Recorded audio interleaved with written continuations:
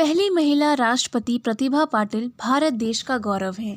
प्रतिभा जी एक सफल राजनेता, एक अच्छी समाज सेविका के रूप में जानी जाती हैं। अपने पिता से प्रेरित होकर प्रतिभा जी ने देश की राजनीति में कदम रखा था। जिस तरह इंदिरा गांधी देश की प्रथम महिला प्रधानमंत्री है, उसी तरीके से प्रतिभा जी को प्रथम महिला राष्ट्रपति होने का गौरव हासिल है। नमस्कार दोस्तों, हमारे चैनल में आप सभी का स्वागत है। मैं हूं अनुष्का और आज की इस वीडियो में मैं आपके साथ प्रतिभा पाटिल जी की जीवनी शेयर करने वाली हूं। तो आज के इस वीडियो को आप सभी लोग लास्ट तक देखिएगा। वीडियो पसंद आती हो तो लाइक, शेयर, सब्सक्राइब जरूर करिएगा। श्रीमती प्रतिभा पाटिल भारत की 12वीं और पहली महिला राष्ट्रपति रहीं।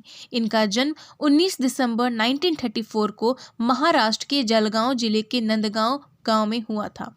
इनके पिता का नाम नारायण राव पाटिल थे, जो एक राजनेता थे। प्रतिभा जी की प्रारंभिक शिक्षा जलगांव के आर विद्यालय से हुई थी। इसके बाद कॉलेज की पढ़ाई उन्होंने जलगांव की मूलजी जेठा कॉलेज से की।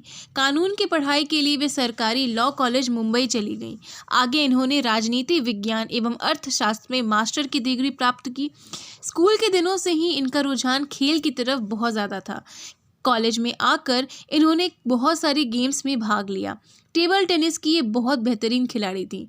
श्रीमती प्रतिभा पाटिल जी जितनी हृदय से सुंदर थी, उतनी ही बाहरी रूप से भी सबको आकर्षित करती थी। यही वजह है कि उन्होंने वर्ष 1962 में एमजे कॉलेज में कॉलेज क्वीन का खिताब जीता था। 7 जुलाई 1965 में प्रतिभा पाटिल जी ने देव सिंह रण सिंह शेखावत से विवाह कर लिया। प्रतिभा जी के एक बेटा और एक बेटी हैं। इनके पॉलिटिकल करियर यानी कि राजनीतिक करियर के बारे में बात करें तो प्रतिभा जी ने वकालत की प्रैक्टिस जलगांव जिला कोर्ट से शुरू की थी। प्रतिभा जी का हमेशा से ही सामाजिक गतिविधियों के लिए कार्य में मन लगा रहता था। वे भारतीय महिलाओं की स्थिति को सुधारने के लिए हमेशा कार्यरत रहीं। प्रतिभा जी का राजनीतिक सफर 27 साल की उम्र में तब शुरू हुआ जब वे महाराष्ट्र के जलगांव सीट से विधानसभा सदस्य बनी।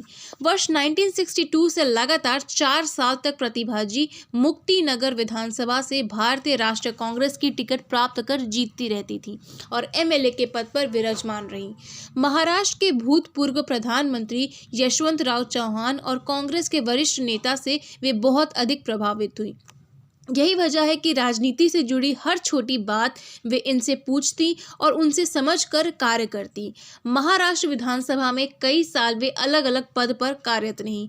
वर्ष 1967 से 72 के बीच श्रीमती प्रतिभा पाटिल शिक्षा के उप मंत्री के कार्य में संभाला और साथ ही दूसरे मंत्रालयों को ये कार्य देखती थी। इसके बाद श्रीमती प्रतिभा पाटिल जी प्रदेश कांग्रेस समिति महाराष्ट्र की अध्यक्ष और महाराष्ट्र विधानसभा में विपक्ष की लीडर भी रही। वे राष्ट्रीय शहरी सहकारी बैंक और ऋण संस्थाओं के निदेशक, भारतीय राष्ट्रीय सहकारी संघ की शासी परिषद की सदस्य रहीं। इसके साथ ही राज्यसभा का उनका नाम निर्वाचित किया गया। श्रीमती प्रतिभा पाटिल 8 नवंबर 2004 को राजस्थान की गवर्नर बन गई, जहां उन्होंने 2007 तक कार्य किया। एपीजे अब्दुल कलाम के बाद राष्ट्रपति पद के लिए कांग्रेस की तरफ से प्रतिभा पाटिल का नाम सामने रखा गया। उसके बाद सामने विरोधी के रूप में भैरव सिंह शेखावत थे।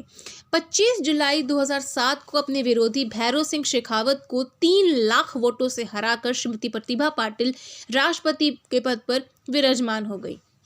2011 तक ये इस पद पर विराजमान रही। वर्ष 1982 से 85 तक महाराष्ट्र राज्य के जल प्रदूषण नियंत्रक बोर्ड की अध्यक्ष भी रहीं। 1988 से 90 तक महाराष्ट्र प्रदेश कांग्रेस कमेटी पीसीसी की अध्यक्ष रहीं। 1985 में श्रीमती प्रतिभा पाटिल जी एआईसीसी की मेंबर बनी। 1988 में वे राष्ट्रमंडल प्रेसिडेंसी अधिकारी सम्मेलन की मेंबर रहीं, जो लंदन में हुई थी। ऑस्ट्रेलिया में आयोजित स्टेटस ऑफ विमेन कार्यक्रम में वे भारत की प्रतिनिधि के तौर पर सम्मिलित हुई। 1995 से वर्ल्ड विमेंस कॉन्फ्रेंस जो बीजिंग में हुई थी, श्रीमती प्रतिभा पाटिल को प्रतिनिधि के तौर पर चुना गया। प्रतिभा जी ने भारत देश की राजनीति को अपने जीवन के 28 साल दिए। उन्होंने इसे करीब से देखा और समझा। अब मैं आप लोगों को इनके कुछ जरूरी बात बताना चाहूँगी। तो राष्ट्रपति प्रतिभा पाटिल एपीजे अब्दुल कलाम के बाद राष्ट्रपति की गद्दी पर रही थी। इसी के साथ दोस्तों आज के इस वीडियो में इतना ही। इसी के साथ जय हिंद, वंदे मातरम, नमस्कार।